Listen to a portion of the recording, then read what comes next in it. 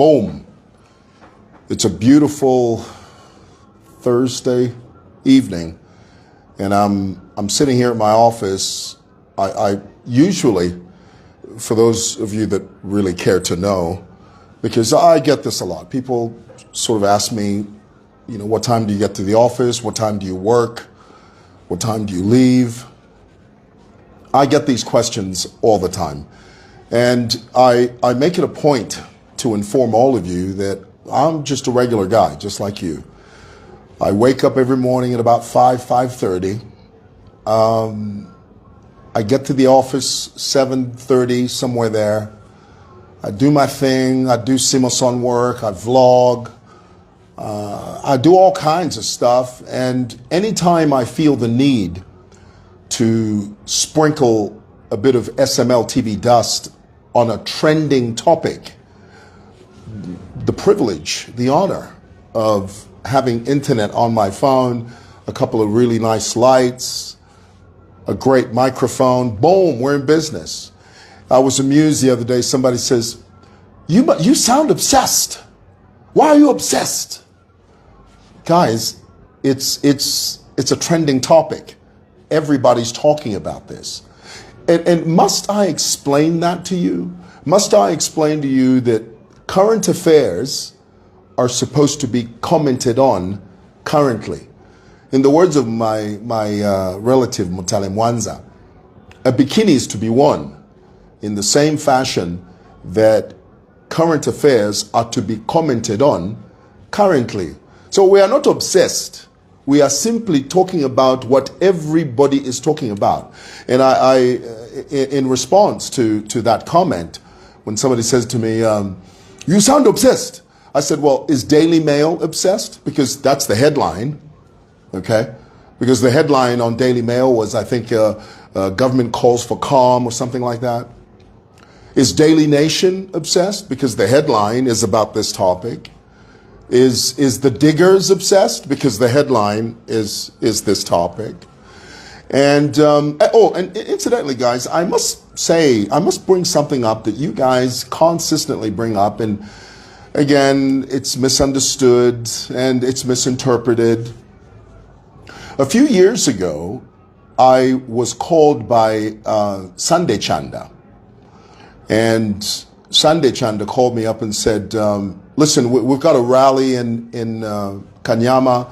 Miles Asampa is running for mayor, and the rally in Kanyama is a culmination of the party's effort to sort of, you know, push this candidate forward. And now remember, even though the PF were peddling Miles as their candidate, the truth is the PF didn't like Miles, and Miles knew it.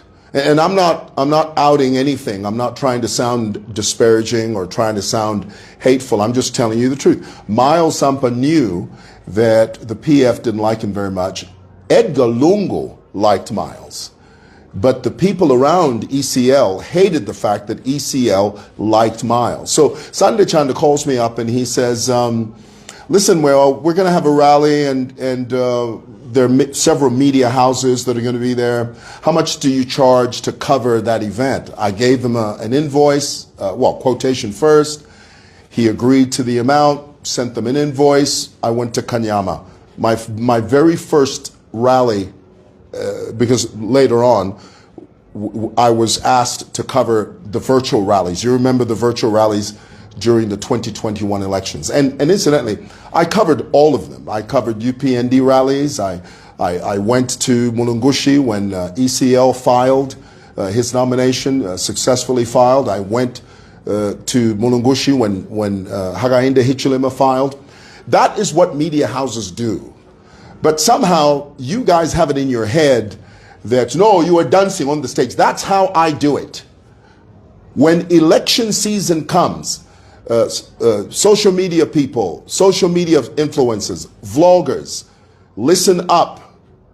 Let me tell you, when election season rolls around, if you have any semblance of a social media presence, throw yourself in the middle of it, because that is the time to make money. Everybody's waiting to spend money. whether it's UPND, PF. I was paid by UPND, I was paid by PF. Why? Because SMLtv is a media house, an online media house. And so, you know, Diamond TV was there at Kanyama, there was Movie TV was there. We were all there. The only difference is I do it in my way. I do it in my style. I'll never forget, I have to tell you this, I'll give you this little anecdote. When Sunday Chanda, when I went to see Sunday Chanda at his office during I finished talking about the rally, the Kanyama rally. I went there, I covered it, I had lots of fun, I was on stage, I spoke to, that video is me. I'm the one who recorded that video. I'm the one who posted it on my page. Okay, so, you know, I talked to the crowd, I spoke to people, because that's how I do it. You know, when I vlog, I speak to, I love talking, I love going to the very back of the crowd, because that's where you get the real meat of a sense of who the people are. You know, I mean, it's fine and dandy to speak to the bigwigs on the stage, but the best fun is speaking to the average citizen who's in the very back, who doesn't even expect to be spoken to. So, you know, I do that. I do my thing, and I was doing some pretty hot stuff, you know, and I posted it. But you guys, Andrew Ejimadu, this is CS0 in Nigeria, this despot, this bottom feeder, this false prophet, this leviathan of a con man, he loves to post this video that he got off of my page. Emmanuel Mwamba the other day posted the same video. This amateur photographer, he did the same thing. And they all seem to think that when they post that somehow that is an endorsement of the political party PF, when they don't realize that I was there to cover the event in my way. Here's my advice. When election season comes around in America, for example, CNN doesn't care who it is. They don't care if you're a Democrat, a Republican, or an independent. As long as you come to the table and say, what is your fee to advertise our political party? CNN simply gives them an invoice they pay. Donald Trump has commercials on CNN. Joe Biden had commercials on CNN. But in Zambia, no, you were on stage. Yeah? I even saw you dancing. Who cares? That's my way. I do it, and I will never stop doing it that way. And guys, I will tell you now, of course, things have changed a bit now, but I did say earlier that for me, it doesn't matter who it is. Next year, 2021, for you vloggers out there, when political parties want to use your platform to advertise their manifesto, take the money. Take the money. Don't stand on the fence. You know, don't be high and mighty. You don't start saying, oh, no, I don't believe in that political party's man. No, it's not about that. It's about the fact that you are a medium that the political parties are interested in using in order to disseminate the information. The people will choose. It is the people that vote. It's the people that select. The political parties are using your platform. So I'll never forget when I went to see Sunday Chanda, who was very gracious and kind to me in 2021. And I said to him, I said, look, if the PF are thinking about, you know, sort of using me through this election period, and remember there was this idea of virtual rallies were a big hot thing back then. And social media platforms were minting money through virtual rallies. And Sunday Chanda said to me, hey, listen, just give us a quote and we'll make it work. And when I quoted him, Sunday Chanda said he looked at the quote and he said, are you sure? Are you sure you want to, you know, because we can go higher than this. I said, really? He said, yeah, I mean, you're a social media platform. You know, you guys do some amazing work. So just quote us a decent quote. I gave him an astronomical quote. Would you believe those guys paid me? I mean, when I saw the transfer in my account, I was thinking, whoa, all of this? Yeah. And it's going to be the same in 2021. So, Facebook pages, build your numbers so that in 2021, these political parties, they use you Make money. Don't fool around. Anyway,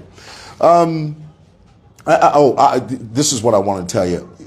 You know, in following up my payment, every time, because the way it worked is, you know, you do the work, and then they pay you. I remember one guy was saying to me he was having difficulties getting paid, but I would always get my payment on time. And I remember this lady at the PF. It was a media house that was handling all the PF adverts. So she calls me up and she says, "Mr. Moya, I don't know what it is, but there's somebody over there that likes you, that makes sure that your payment comes through every single time." I suspect that person was Sunday Chanda. Sunday Chanda always made sure that we got paid. Yeah. So my point is, get on with it, okay? Alrighty, guys, as many of you know, HH, the President of the Republic, has just addressed the nation, and he said some very pertinent things. Three things I want to focus on very quickly. The very first thing he noted was that we've been in mourning as a nation. This period of national mourning has been going on for 14 days, okay, 2 weeks. Now, in the 2 weeks of national mourning, it feels like a heavy, dark cloud that is hovering over the nation and placing us in a state of emotional purgatory. And that's what these things do. You know, Zambia, I often say, is a nation of funerals. People love to call in and say, "Oh, I can't come into work. I've got a funeral." If any of you that have maids or people that work in your garden, invariably, this is something that you always have to deal with, because one day or another, they call you up and say, "Oh, my son has died," or a close relative, we have to go. So, we have become a culture of funerals. And so, when this funeral, this state funeral, the national mourning period was announced, it's always like a dark cloud hovering over progress, because as many of you know, B. Flow wrote something the other day that was so revealing. And these are things that we don't think about. Some of you guys don't realize that when the national mourning period is announced, it means any music of an entertainment nature is suspended. Any festivities of a celebratory nature are suspended. Now, when they are suspended, it means our brothers and sisters in the entertainment fraternity, it means their livelihood is stifled. Their revenue stream is interrupted. Okay, that's what it means. So HH recognized that we've been in a period of national mourning. We've been in a state as a nation of emotional purgatory for 14 days. And this is against the backdrop of this administration making amazing strides to sort of reach an amicable, symbiotic arrangement to where both parties see eye to eye for the good of the nation. HH is on record as having bent backwards. That's an Americanism. He bent over backwards to try and sort of meet the Lungu family halfway so that this process can be expedited. But Yawe Sugar, the family, and through its conduit, Makevi Maniman Zulu, who's only interested in billable hours. I must tell you that if you think that Makebi Zulu is doing what he's doing because he loves the Lungu family, no, he does it because of billable hours, and rightly so, because he's a lawyer and he's a businessman. So everything he's doing, lawyers, the longer it takes, the more money he makes. Think of it in that way. Let me say that again. The longer this whole process takes, the longer he plays this role of being a mediator between the family and government, the more money he makes. I mean, that's a given. So anyway, HH now has sort of come to the precipice of tolerance. And he's basically said, look, we've bent over backwards. We've extended olive branches on multiple occasions. And it seems to us that the family is hell-bent on making sure that this process is somehow inhibited, somehow hindered, somehow encumbered. So because of that, I think that it's better we just lift this period of national mourning, because remember, technically we're supposed to go through 9 days. But because it was clear that Valungu's family, and through its conduit, Makebi Zulu, were simply being a nuisance. And that is the only word that fits this scenario. They were being a nuisance. Because you remember Makebi Zulu, very quickly, let me recap. Makebi Zulu said that the reasons that the family reneged, the family decided not to fly the body on Wednesday, June the 18th, was because RDA was working on the roads, the road that led to the official residence of ECL in Chafwema. So because RDA was rehabilitating that road, Makebi Zulu felt that this was not in line with what they had agreed. Very quickly, government called RDA and said, RDA, if you're pango musebolekeni, bantu chitumbi chikesa, they are going to be moving the body to and fro. Mulungushi, Chifwema, Chifwema, Mulungushi, Mulungushi, Chifwema. For 3 days, they were going to do that. Government told RDA, down tools. They did. Secondly, Makebi said, no, on the 17th of June, you said that no one is allowed to go to the airport except invited guests. Why? Secretary to the Cabinet made it abundantly clear as to why that was. It was a security concern. You cannot allow 10, 15, 20,000 politically charged cadres who have an axe to grind to go to KK International Airport. The airport will be vandalized. The airport will be ruined. People will be robbed. Cars, can you imagine? Airport, Sparker Jersey, and then you release the 15,000 cadres in that car park. Ushama imiota kuti vashipanya. Ama windshield wipers kuti vayapanya. Ama mirrors kuti vayapanya. They can't, So the issue of insisting that the airport be a no-go area for just any Jim and Jack was a wise decision, because it protected not only people's lives, it protected citizens and their property. I mean, can you imagine the coffin being transported from KK International Airport down what is this, Great East Road with the cadres? Iwe fuma murodi iwe, tamwana chitwalete chitumbi iwe,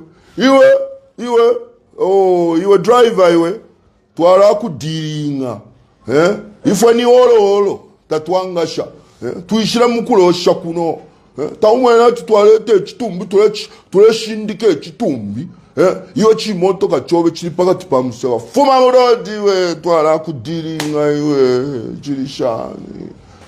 That is what you would have to deal with. The government recognizes that, and they know that it's not necessary to have that. So they did away with that. Now, that was offensive to Tasila Nungu and the Makebi Zulu and the family. No, you have to allow Zambians to come. For what? For them to destabilize the peace? No, that is wrong, and that is irresponsible. Okay, let's just be clear. That's irresponsible. And then lastly, the issue of insisting that Valungu said that he didn't want HH anywhere near his body when he dies. First of all, that is a complete lie. Nobody talks like that. Nobody sits on their deathbed with the death rattle in their throat saying, fire,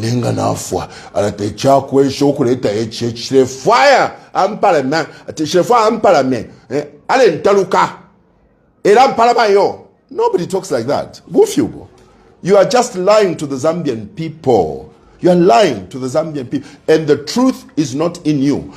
Let me echo what John Sangwa said in saying that ECL was a lawyer. And if indeed those wishes were authentic, which I know were not, Edgar Lungu would have simply gone on record. But now, you can't simply depend on a document that says thus and so, etc. You can't. Because documents can be forged. All you have to do is just go to Matero there, and there will be a document stating that this, that, and the other. So now, you need a video recording, and even then, in this new age of deep fake and artificial intelligence, all it takes is someone to use the ECL's voice and tell AI, create an image where ECL is saying, fire HH, I'm parliament, kuchirido. That's all it takes. There can be an amateur video created by AI, and you take it to Kushangombo, you take it to Kwakasomo Kuchinsadi, you take that video to Kutwapia Kundola. They'll believe it. They'll say, oh, Balungu Balandirati, Manafia Balandide. Catch the AI. So, in this environment, you can't trust anyone. These politicians, Makamaka, Given Lubinda, Emmanuel Mwamba, Rafael Hajaka Nakachinda. Alapanga palibo muntu panwe sondao. Nganamu mwana no mubidi waenda. Nika Rafael. Scare them. Those chaps, dangerous. Dangerous chaps. They are enemies of peace, enemies of progress, enemies of one Zambia, one nation.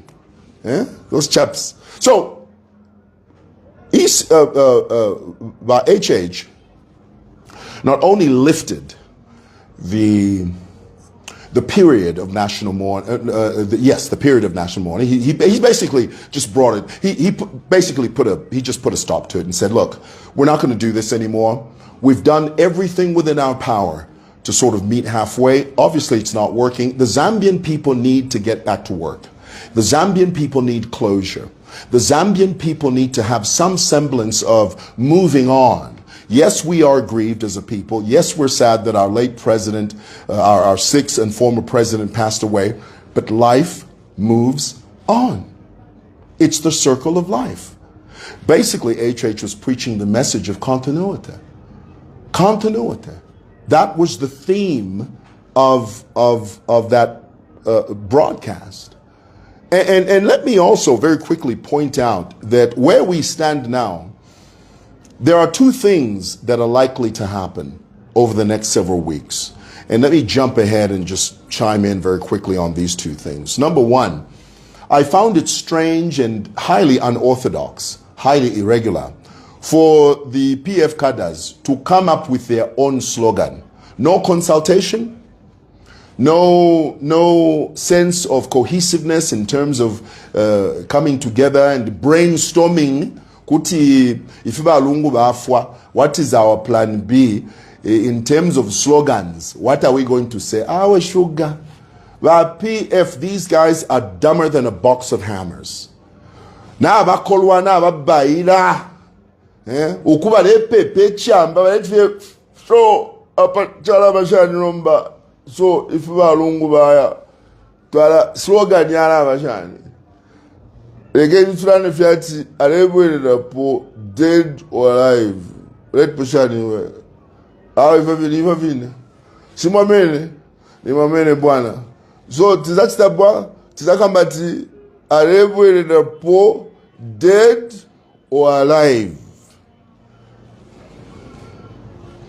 My PF. Do you see what we have to deal with?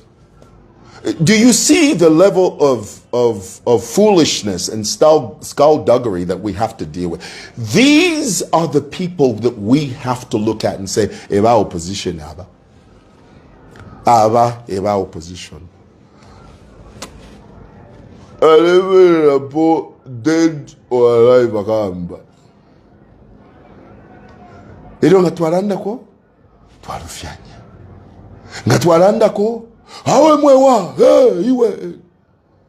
Alebwe rapo dead or alive. Mwe fipululu mwe. Mwe mpanya mwe. Talk about being unoriginal. Do you know what that means when you say that? It means you can't come up, you cannot live beyond ECL. Bane, there's life after death. The Word of God said, let the dead bury the dead.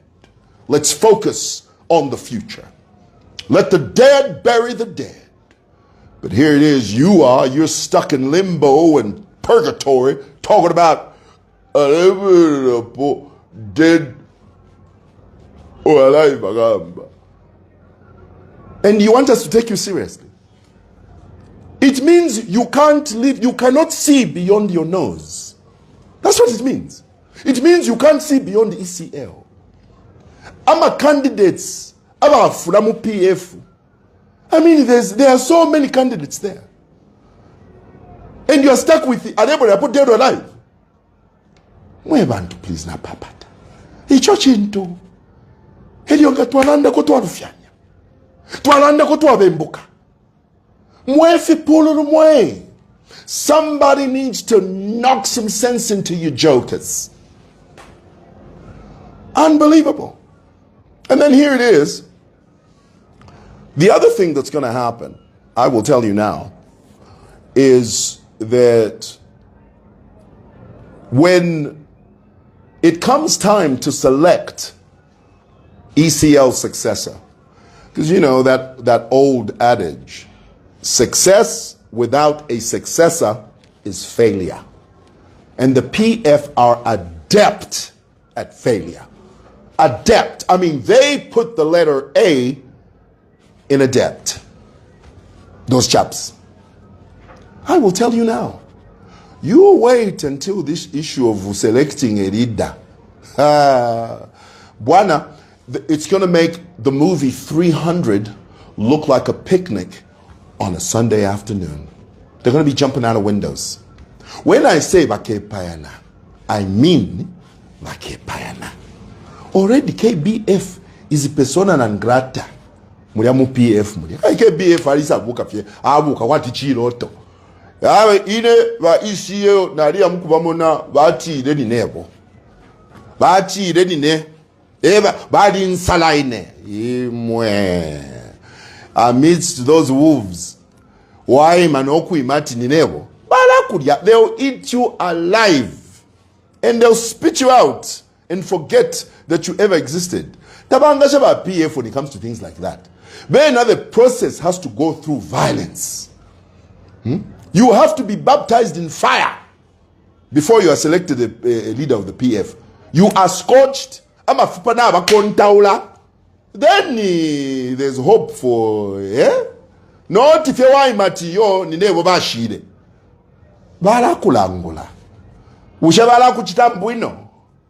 Ha, mule angala. Leken nipano tuli. It is here where we are. So, but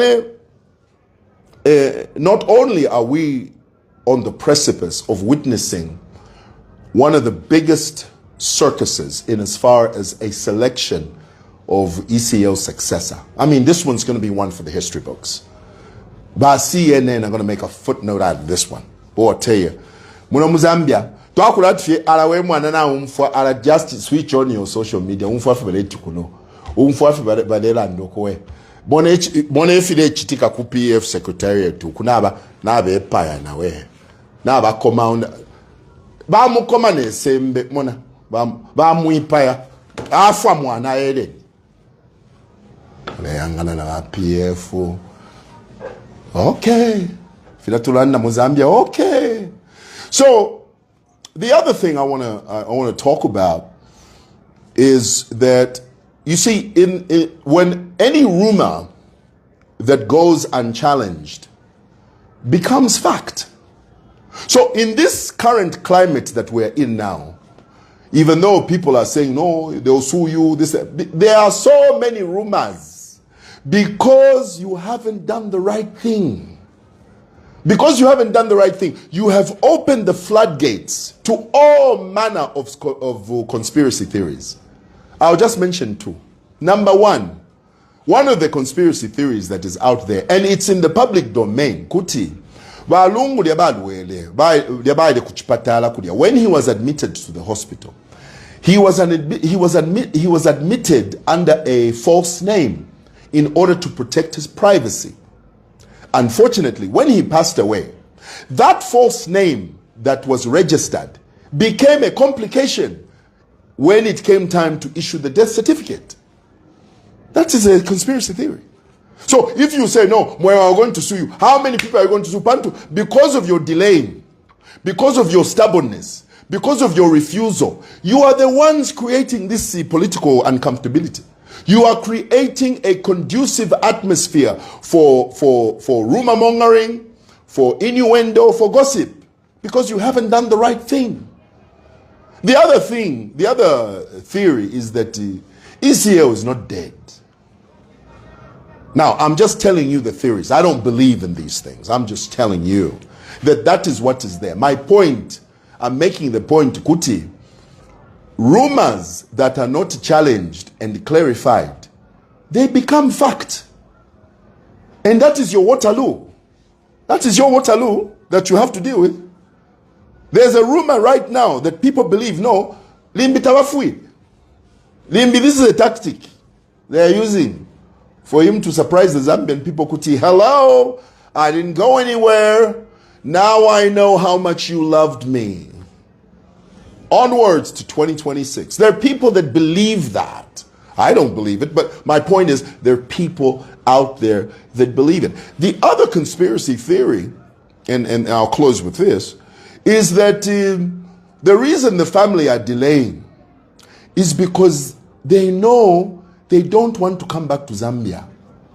They want to escape the legal noose. So they are using ECL's body for a clear passage to some other country where they can seek refuge, political asylum. Those are the rumors that are there. So now, if you say, no, well, you can't say that, I'm going to sue you. That is, you are the creator of that. You are the architect of this misinformation because of the way you have handled this funeral. Of course, people are going to talk. Of course, there'll be conspiracy theories flying all over the place. As a direct result of your fumbling of this issue. Do you understand that? Anyway, I thought I'd share that with you guys. Thank you for watching.